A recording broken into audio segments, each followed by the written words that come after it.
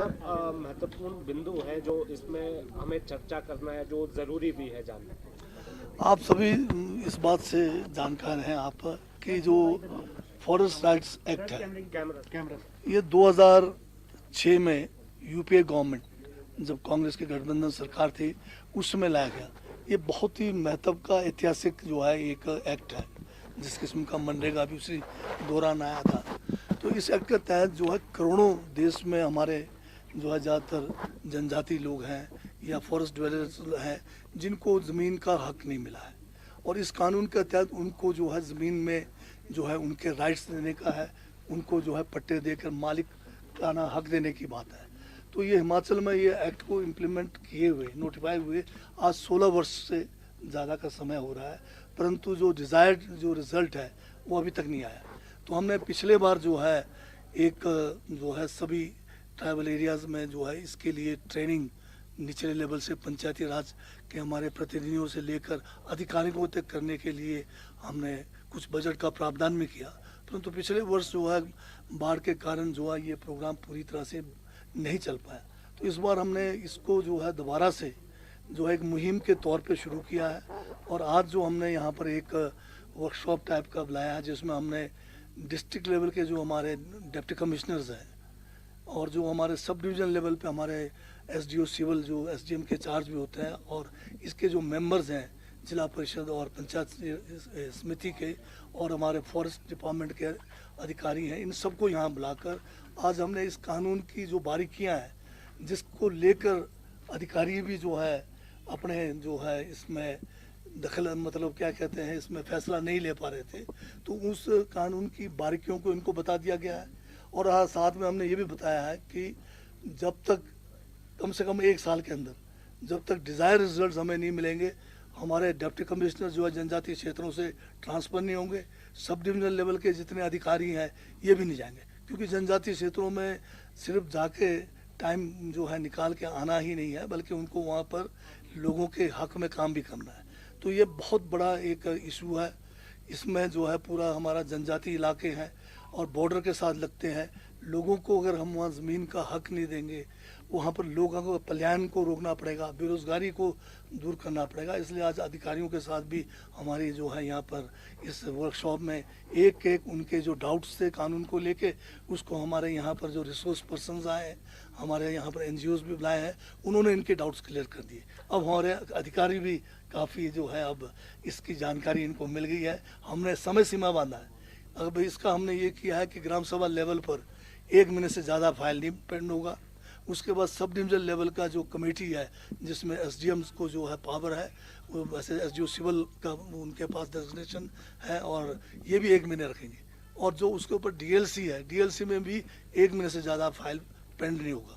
क्या आपको लगता है कि मतलब मैं एक चीज़ आपसे मैं ये कहना चाहता हूँ, जनता को भी पता लगना चाहिए आपके माध्यम से, जब जयराम जी की जो सरकार थी, धूमल साहब 8 से लेकर 12 में मुख्यमंत्री रहे, उस समय यही जो सतपाल सत्ती जी हैं ये जो है उसमें सीपीएस रहे, यही कानून के तहत रहे ये लोग सीपीएस।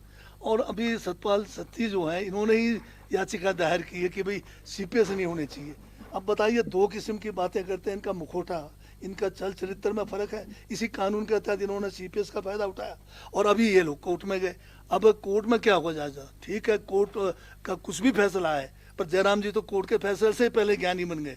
वो कहते हैं कि ये तो उड़ेंगे कंटेम्प्ट है सर। तो अगर उनके स्टेटमेंट को चेक करना पड़ेगा, अगर उन्होंने कोई इस किस्म की बात की तो कंटेम्प्ट भी उनके खिलाफ लगेगा। पर यह बात है कि एक तरफ इसका स्वाद उठा चुके सीपीएस का और दूसरी तरफ कहते हैं खट्टा है, ये कैसे चलेगा। मतलब जनता को गुमराह नहीं किया जाना चाहिए। अभी फैसला आएगा, देखते हैं उस फैसले के बाद क्या होगा। पर इतना है कि सीपीएस जो है एक कानून के तहत बना है और सीपीएस का जो पोस्ट है अभी का नहीं है, 1971 का जो हमारा कानून बना हुआ है उसमें ऑफिस ऑफ प्रॉफिट से एग्जम्प्ट है, कुछ नहीं होगा।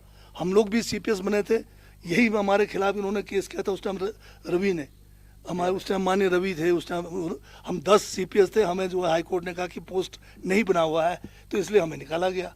फिर उन्होंने एक केस किया गवर्नर साहब का, डिस्क्वालीफाई करो ऑफिस ऑफ प्रॉफिट में। इलेक्शन कमिश्नर ने कहा कि हम एग्जम्प्टेड है ऑफिस ऑफ प्रॉफिट से, हमारा कोई कुछ नहीं हुआ। तो ये जो है अलग अलग बातें करके लोगों को गुमराह करके 5 साल निकालना चाहते, काम करने देना नहीं चाहते। ये जो है दरवाजा भी खुला अगर नहीं, कांग्रेस को प्रत्याशी ढूंढने की जरूरत कहाँ है।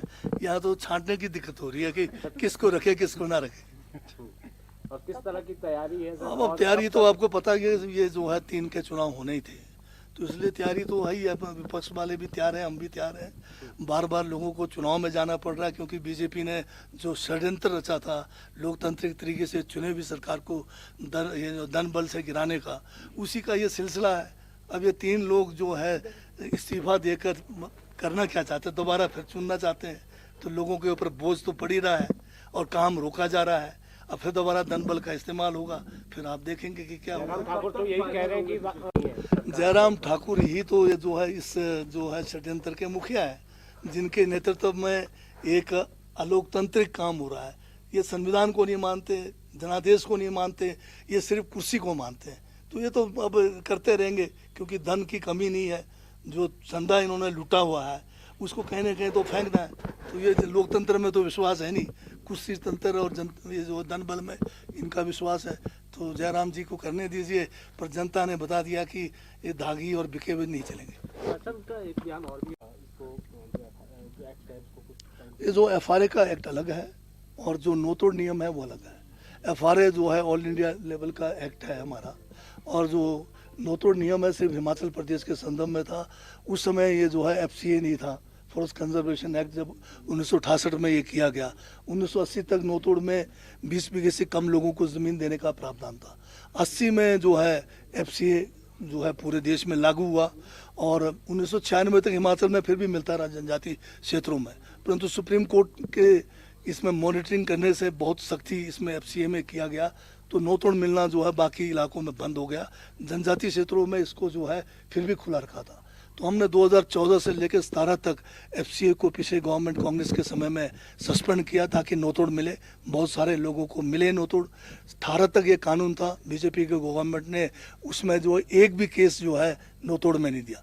फिर हमने आंदोलन किया, आंदोलन करने के बावजूद 2020 में 1 साल के लिए फिर सस्पेंड किया, परंतु फिर भी बीजेपी गवर्नमेंट ने जो है एक भी नो तोड़ का केस जो है स्वीकृत नहीं किया। दोबारा हमारी सरकार भी आई, हमने जो है दोबारा कैबिनेट से प्रस्ताव पास करके माननीय गवर्नर महोदय को प्रेषित किया। जनजातीय सलाहकार परिषद से भी ये प्रस्ताव गया। हमारे माननीय विधायक यहाँ पर हम सब जो है उनसे भी मिले, जो पहले के विधायक थे, जनक राज जी हैं, हम लोग मिले गवर्नर साहब से। मेरा चौथा दौरा है गवर्नर साहब के पास, अभी मैं अकेला भी जाके मिला। तो उम्मीद है कि FCA जो है सस्पेंड होना चाहिए। इसमें भूमिहीन का नहीं है, ये कानून बड़ा सिंपल है। अगर मैं थोड़े से शब्दों में अगर समझा पाऊँ तो इसमें ये है कि जैसे एक तो शेड्यूल्ड एरिया है जहाँ शेड्यूल्ड ट्राइब के लोग हैं, उनको सिर्फ शेड्यूल्ड ट्राइब होना है, एक पात्रता वो है। बाकी ग्राम सभा जो है अनुमोदित करेगी। अगर ग्राम सभा अनुमोदन कर दे किसी व्यक्ति के केस में, एक वो है, और दूसरा इसमें साक्ष्य चाहिए 2। एक साक्ष्य चाहिए कि वो जो है कोई गांव का बुजुर्ग जो है, कोई जिनकी उम्र ज़्यादा है 70-80 साल के, वो उसके बारे में कहे कि ये भूमि पर जो है लाइवलीहुड, जो अपना जीवन निर्वाह उस भूमि पे कर रहा है जिसके लिए वो क्लेम कर रहा है। और दूसरा कोई भी आइडेंटिफिकेशन होना चाहिए कि वो वहाँ का वोटर है, वहाँ पर वो है। तो बहुत सिंपल कानून है, इसका फ़ायदा जो है मिल सकता है सभी को। पेंडिंग केसेस कितने पड़े हैं?